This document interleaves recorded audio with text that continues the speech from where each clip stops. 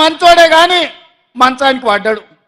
లేవనికే శాత కాదు, లేస్తే మాట్లాడనికే ఆయనకు అధికారం లేదు. మరి అట్లాంటి శ్రీనివాసరెడ్డిని మళ్ళొక్కసారి ఇవాళ కేసీఆర్ గారు వాళ్ళ అభ్యర్థి అని పంపించిండు. ఏం చూసేయాలి? పిల్లగాడు 5 ఏళ్ళు చదివిండు, ఇవాళ పరీక్షలు రాయనికి వచ్చిండు. 5 ఏళ్ళలో నేర్చుకోకపోయే, ఈ ప్రాంతం గురించి మాట్లాడకపోయే. అట్లాంటి శ్రీనివాసరెడ్డికి ఓటేస్తే ఇవాళ మనకేమన్నా ఉపయోగమా? నిన్న మన కేటీఆర్ అంటున్నాడు మా కారు కొంచెం ఖరాబ్ అయింది, గ్యారేజ్కి పోయిందని. అరే పిల్లగా, నీ కారు ఖరాబు కాలే, నీ కారు ఇంజను అనుము చెడ్డది, ఇంకా మళ్ళా రాదు. తూకానికి అమ్ముడే, తూకం పెట్టి అమ్ముడే.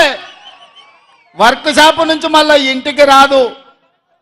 ఇనుప సామాన్లోనికి తూకం పెట్టి అమ్ముడే. నీ కారు నీ అయ్యనడుగు కావాలంటే ఇంటికి పోయి. నీ కారే కాదు, నీ అయ్య ఆరోగ్యం కూడా అనుంచెడ్డది. ఎందుకంటే 7 తారీఖు నాడు ప్రమాణ స్వీకారం ఉంటే ఆయనలోనే నీ అయ్య బోర్ల పడ్డాడు, బొక్కలు ఇరిగిన ఇయ్యాలటికి నడవలేకపోతుంది. మొన్న జరిగిన ఎన్నికల్లో ప్రజలు కారును బండకేసి కొట్టిండ్రు, 100 మీటర్ల గోతి తీసి పాతి పెట్టిర్రు. ఇంకా కూడా ఆయన పొంకనాలు కొడుతున్నాడు.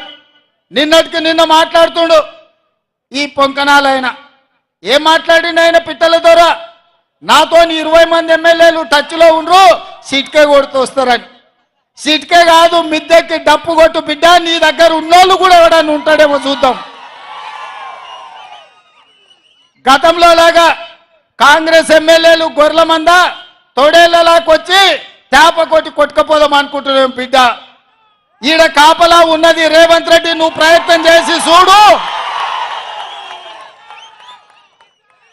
ఈడ మా ఎమ్మెల్యేలను కంచేసి కాపాడుకునే శక్తి హైటెన్షన్ వైర్ రేవంత్ రెడ్డి ఉన్నాడు బిడ్డ.